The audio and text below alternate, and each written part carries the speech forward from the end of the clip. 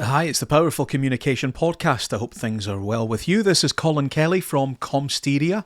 We're busy. I'm just off running some presentation skills training, just finished up. But before that, I was reading on my phone about Olivia Dean, who's one of my favourite artists at the moment, and her album The Art of Loving is on my Christmas list. I want the physical CD. I've listened to a lot of it on streaming, but she's doing some amazing live performances. And I was thinking about Olivia Dean, and in particular, this wonderful piece of activism, I suppose you might call it, that she's done over the last week, taking on the big companies, Ticketmaster and the big concert promoters, about the resale tickets. So Olivia Dean is going on tour. She's got some big tour dates coming up next year, and she was appalled that, just after they'd gone on sale, they start turning up on these secondary resale markets, some of which are actually owned by the big ticket groups and some of the promoters and the venues and so on.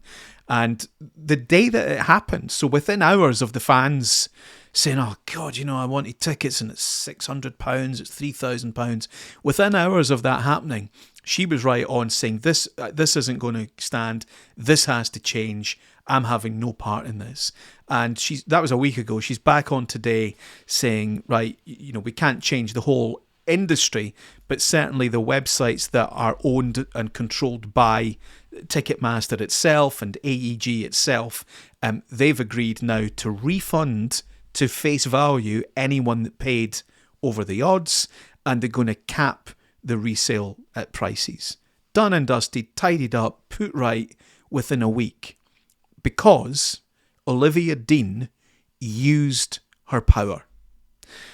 One of the really interesting things about Olivia Dean is, I don't know enough about her to know if she's always done this. She's alluded to the fact that maybe she hasn't always been like this, but she learned pretty quickly earlier in her career about using her power. A lot of people get this wrong. A lot of people say, well, I will wait until I've achieved X, Y, Z, until I get there. Then I'll make the world a better place. Then I'll do the right things.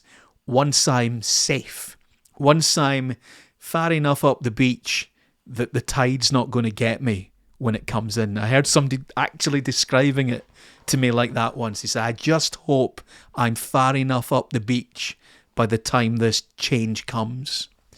And one of the things I've learned is, don't wait till you're there. The peace and success and happiness, fulfillment doesn't come once you've made it. It comes now. It comes at any time. You might not always get what you want. Now, clearly, somebody like Olivia Dean, she's made it. She's in a powerful position. Arguably, there's a take on that you could say, well, God, she's got more to lose, and maybe it's harder for her to use her power. One of the things that makes her so successful and so compelling and so admired and loved by people, her fans, is that she uses that power and has always used it. And what I would say to you, whatever position you're in your organization or in business or in life, is when it comes to communicating, step into it, use that power. Don't think, oh, well, I'm just here and I have to do it like this, or I'm talking to the board and they want this, and this, and I can't do that. Think about, who's the most powerful communicator on the planet, in all of society. Who's the most powerful communicator? It is the hungry or tired baby.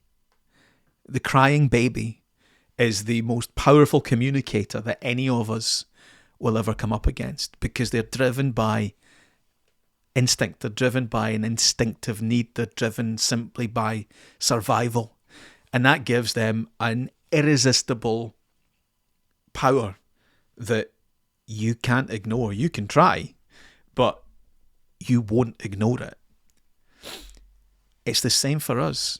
If we can find and tap into that primal, it probably won't be a survival instinct, but something primal. Why am I doing this? What is it I want? What is my purpose? And lean into that power. And don't sacrifice your values, and don't think, oh, I'll make it and then I'll start doing everything right. Then I'll flex my muscles. Then they'll get the real me. We need to get the real you now. That's what's made Olivia Dean and many others before her so successful, is they recognise, hang on a minute, I've got power now. I can say no. I can decide who I work with. I can take control. They've asked for this. Well, they're not going to get this. They're going to get this. You'll often find that when you do that, when you start living like that, that these insurmountable challenges will actually look a bit easier. Tyranny will fall when we stand together and we tap into our power.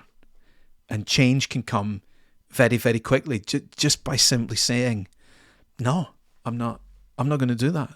No. So that's my little lesson for today. Thank you very much for listening.